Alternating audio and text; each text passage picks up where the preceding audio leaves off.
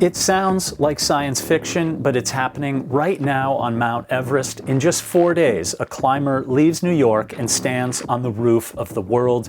A team of elite special forces races from London to the summit in 5 and back home again in 7 days total, fueled by cutting-edge xenon gas and logistics straight out of the future. The Everest game is being rewritten, and in this video, we're going to talk all about the 2025 season, the incredible things taking place, the notable ascents, and the traffic jams that we reported on in the previous video. It has been an absolutely fascinating season. Let's get down to some of the important things about how Everest is changing, why it is not the mountain that it was only 5 or even 10 years ago. The mountain itself has not made it very easy this year. The windows, the weather opportunities to get to the summit in good weather have not been very many, and climbers are attempting to get to the summit in high winds. Just yesterday, I'm reporting now on May 23rd,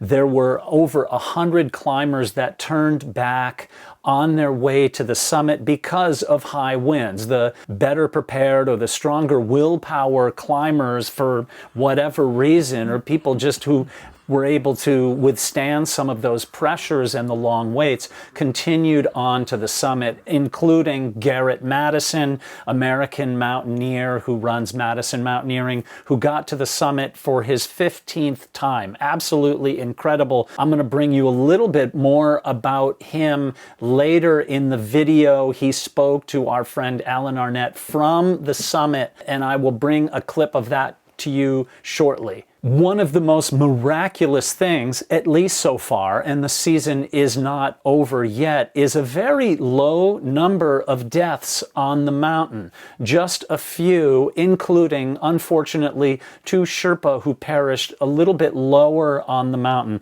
above base camp, but not endeavoring to make the summit. That's actually, if anything, probably the surprise, given the harsh conditions. I'm going to bring you an interview with a friend of mine, an IFMGA guide, Prakash Gurung, who went to the summit the other day, and he said he looked life and death in the face in a way on his way, his 5th time to the summit, that he had never done before. I'll share with you pictures and video that he took on that incredible summit day with an American client that he was with. And that conversation will highlight how important it is to have with you a person or a team around you that you can count on when the going gets tough. Everest 2025 isn't just another climbing season. It is a seismic shift in what we ever could have imagined was possible. Now, we're not talking about the north side of the mountain. That's an entirely different story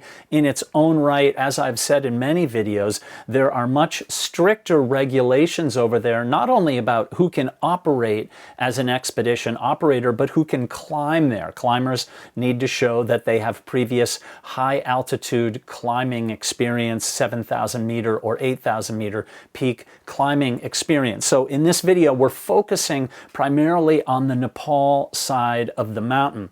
Some of the notable stories that have taken place so far in this 2025 season is the Special Forces veterans from England who used what is ostensibly a controversial gas treatment with a gas known as xenon gas. This is something innovated primarily by Lukas Furtenbach, Furtenbach Adventures. Now, I need to point out that while it seems like a very risky enterprise to try to do xenon gas with the goal of climbing Mount Everest in one single week from London to the summit and back home in 1 week, Lukas Furtenbach has 0 deaths on any of his expeditions in nearly 20 years of guiding on Mount Everest. That is an impeccable record to speak of, and he used himself, if you will, as the guinea pig for a lot of these tests, going back to 2001 or 2002 when he started doing testing at the University of Innsbruck And he started to see the potential for this in minimizing the harm that happens to climbers. In a recent interview with Steve House on his Uphill Athlete podcast, which I will link in the description of this video,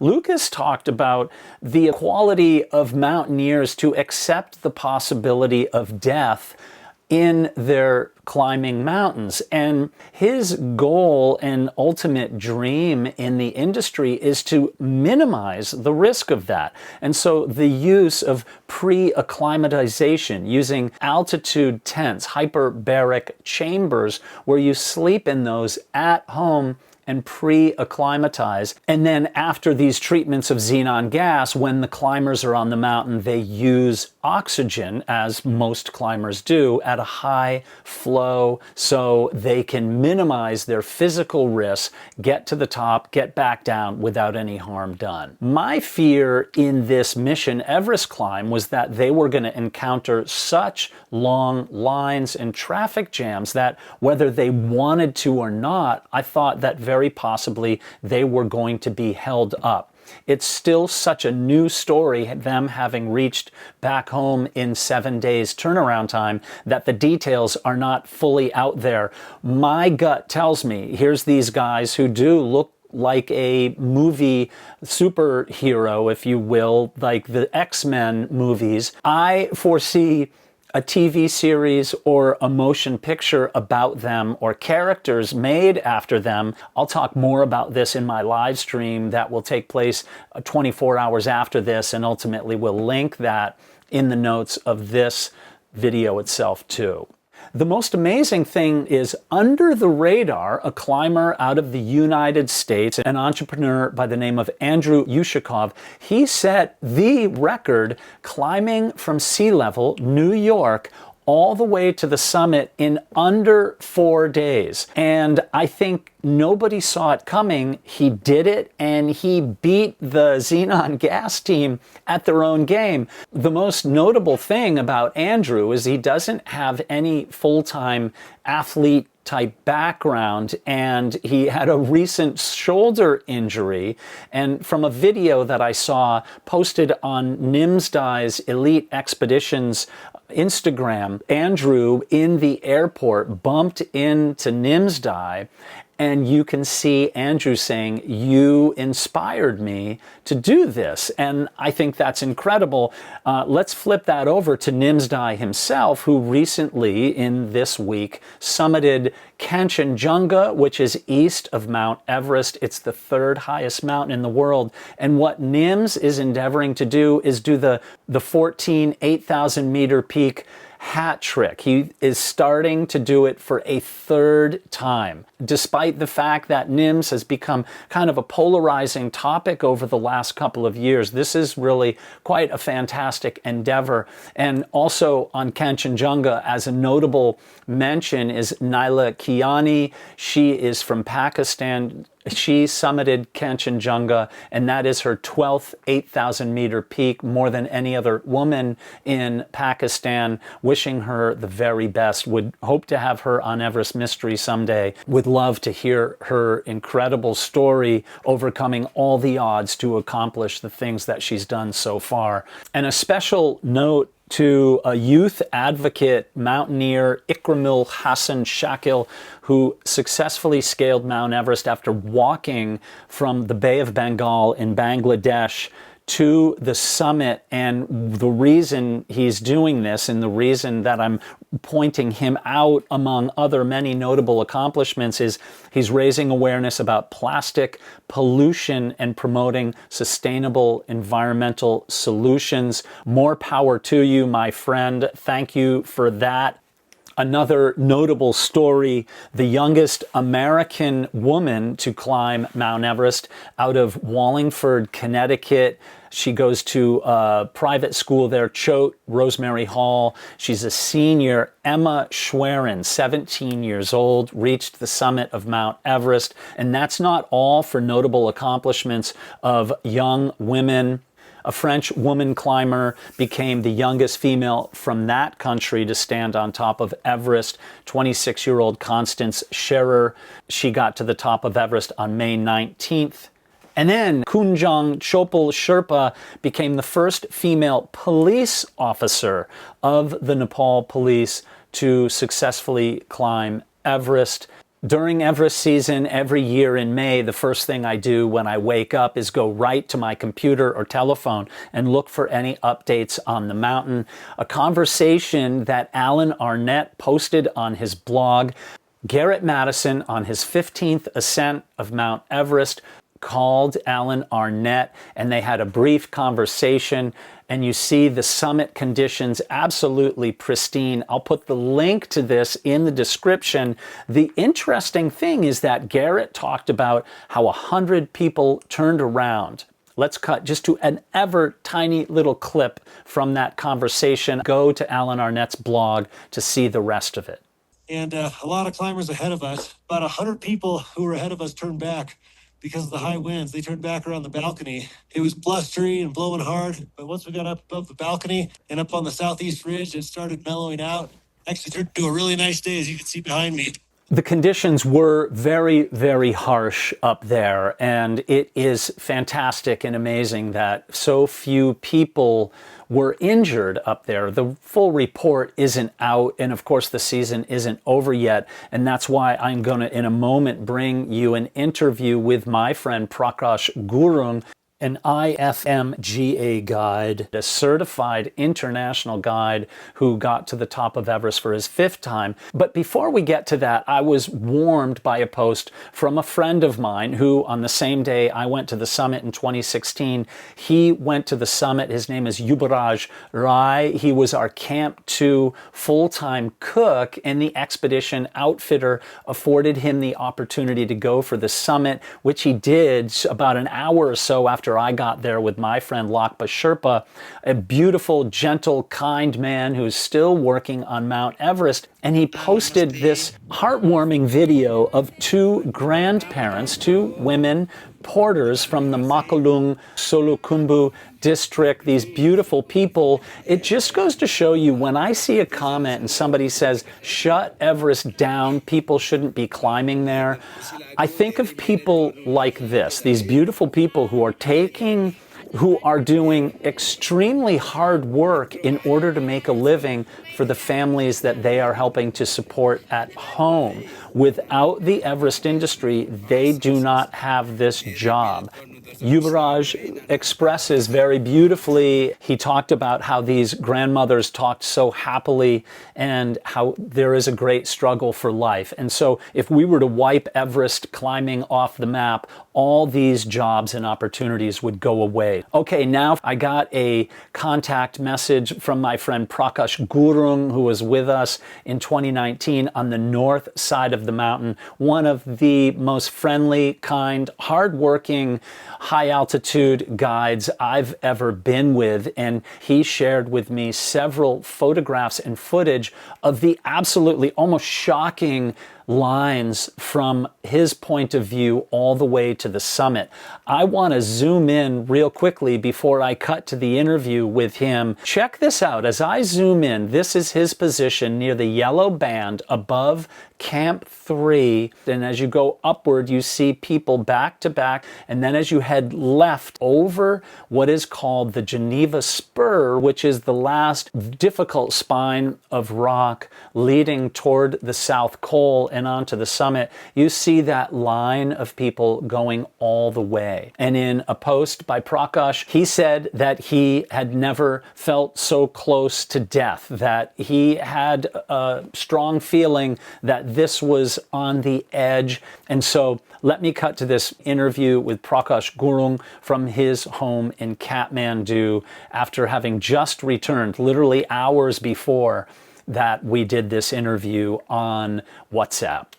Congratulations on your many successes. 5 Everest summits? Yeah, it's been 5 Everest summits.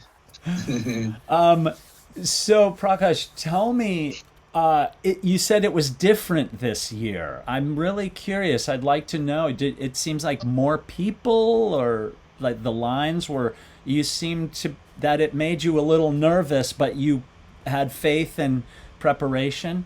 Yeah, like I was just a bit nervous because of the long line, and that line, like all the people plan one at a time, from moving from South Cole, and the conditions after the balcony, people is tired, like they will tire, of course, and then you can't move like continuously if when there is many people in queuing. So I was like a bit nervous when I was just below the South Summit and looking for all the people. And my client Matt was like, Summit is not important, so he's like saying these things just because of he wanted to go back safely, and then he was scared too, and I was like also a little bit nervous, and either I go down or stop for Summit stand, like this is what I was like thinking a lot about that time. So was it different than the previous? Like it seems like, because you've been to the top 5 times, and this one was worse, or what? Like, yeah, I feel personally in my mind, I feel like more, different experience.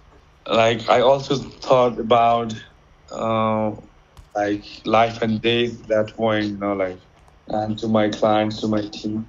And the conditions have here above 1,400 meter when people not moving, staying at queue for a long time. The conditions, like different, difficult. I mean, I had not seen such a long queue like in my life, in my previous experience.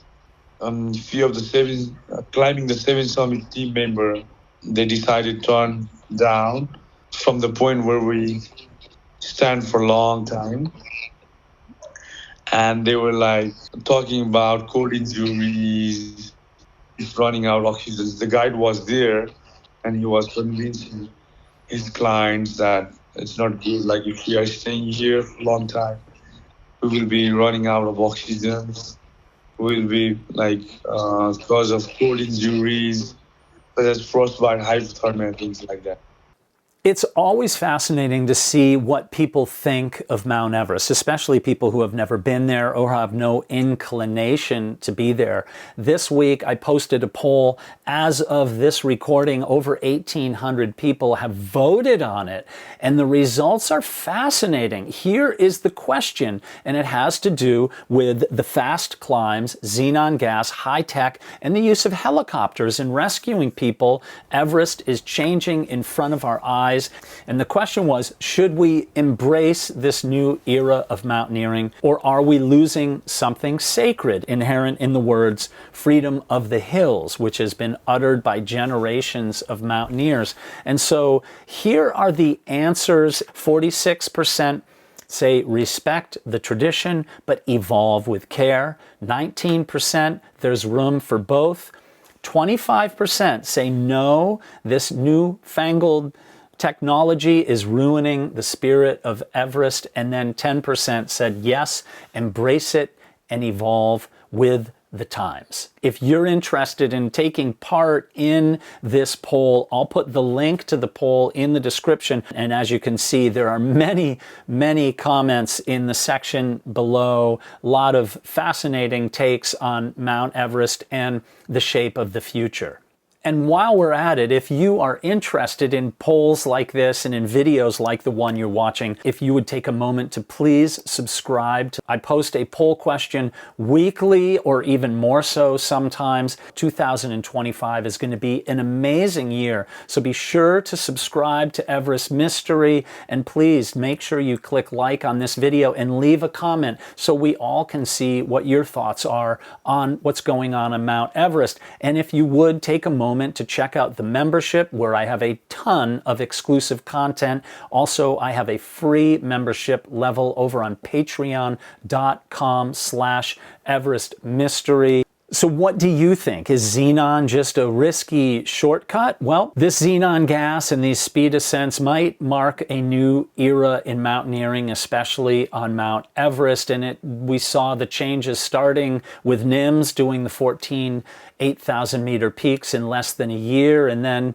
Kristen Harla, who did it in just over 90 days. So this was already starting to happen. Now, whether it represents progress to you or not, I'd like to know in the comments below. But the one thing that we know for sure that is ever constant, Everest is going to continue to draw to it people who have a goal, a dream, an ambition to stand on top of what is the greatest mountain in the world. And if that is a dream of someone and they have yet to accomplish it, they have to work within the parameters of what is taking place now. So my suggestion is accept the changes as they are going now. I want to know your thought. Be sure to leave them below. Thank you for watching. Do a good deed. Don't ask for anything in return. Make the world a better place, one tiny step at a time.